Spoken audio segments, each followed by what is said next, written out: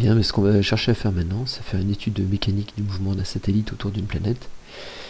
Et on va tout de suite se limiter à un mouvement circulaire, parce que un mouvement elliptique poserait trop de difficultés mathématiques.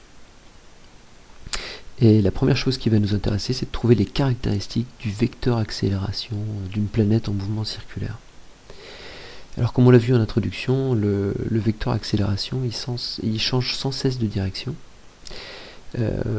On le voit d'après la deuxième loi Newton qui est ici, la somme des forces égale masse est la deuxième loi Newton, et nous, comme il n'y a que la force gravitationnelle qui agit sur un objet qui est dans l'espace, eh bien on va se retrouver avec cette expression là, hein, force gravitationnelle est égale à ma, et comme vous pouvez le voir sur le schéma, si je me place en ce point là, ou alors en ce point là, là j'ai représenté la force gravitationnelle, qui est la force d'attraction de l'astre central sur la planète qui est en satellite autour, et on voit qu'à chaque fois la direction de ce vecteur est dirigée vers le centre du cercle, donc on va dire qu'il est radial et centripète. Centripète, c'est l'inverse de centrifuge. Donc voilà pour deux caractéristiques du vecteur force, il va être radial et centripète. Et il se trouve que l'accélération va avoir la même propriété, puisque comme vous le voyez encore une fois dans cette expression-là, le vecteur force est proportionnel au vecteur accélération, le facteur de proportion étant la masse. Bien. Du coup, si on résume ce qu'on sait jusqu'à maintenant, on sait que le vecteur accélération, dans le cas d'un mouvement circulaire uniforme, le mouvement va être donc le vecteur accélération va être radial, donc dirigé selon le rayon, il va être centripète. Son sens est donc vers le centre. Et je vous rajoute cette information qu'on pourra démontrer avec ceux qui le souhaitent en AP. La valeur du vecteur accélération, elle vaut v carré sur r.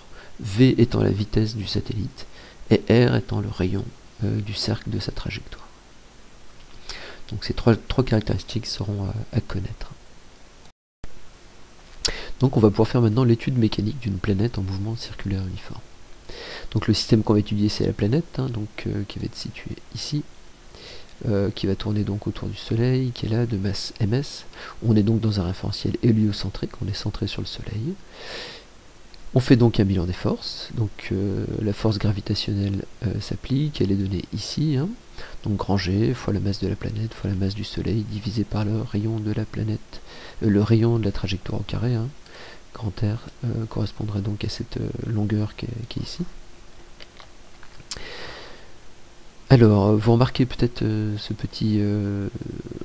petite chose là, ce petit n, qui est donc un vecteur unitaire qui permet de donner la direction et le sens à la force de gravitation. Effectivement, grand G fois m fois ms divisé par au carré, ça fait pas de f un vecteur, il faut bien lui indiquer la direction et le sens, et donc pour ce faire, on met ce petit n. Donc petit n, ce serait un vecteur qui serait comme ceci, là, voilà, dont la norme vaudrait 1, c'est-à-dire qu'il ne va pas influencer la norme de la force, par contre qui va donner la direction et le sens, c'est ce vecteur qui porte la force. Si je devais représenter la force, ce serait donc un vecteur plutôt comme ceci.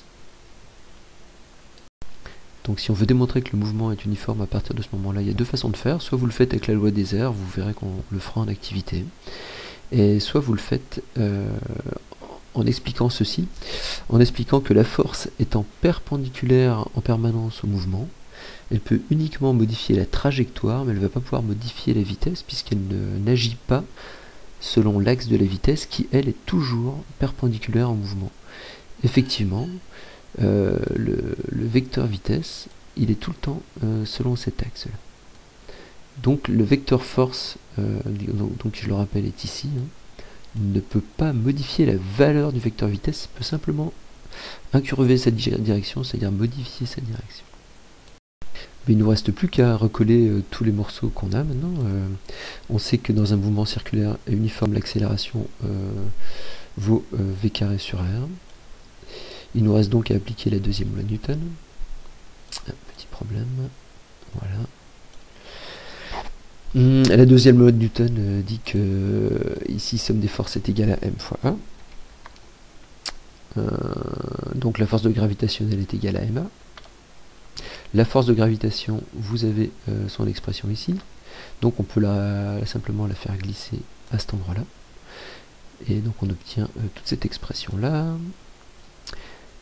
On dit ensuite que l'accélération vaut v carré sur r. Donc on remplace ici a par v carré sur r.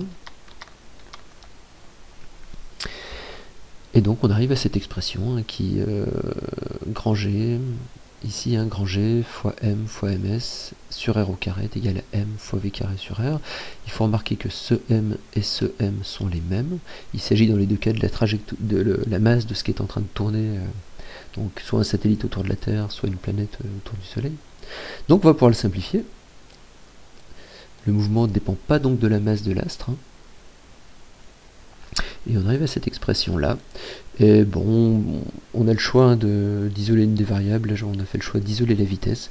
Et on trouve cette expression, qui est l'expression de la vitesse du satellite, qui dépend donc de la masse de l'astre central et du rayon de la trajectoire.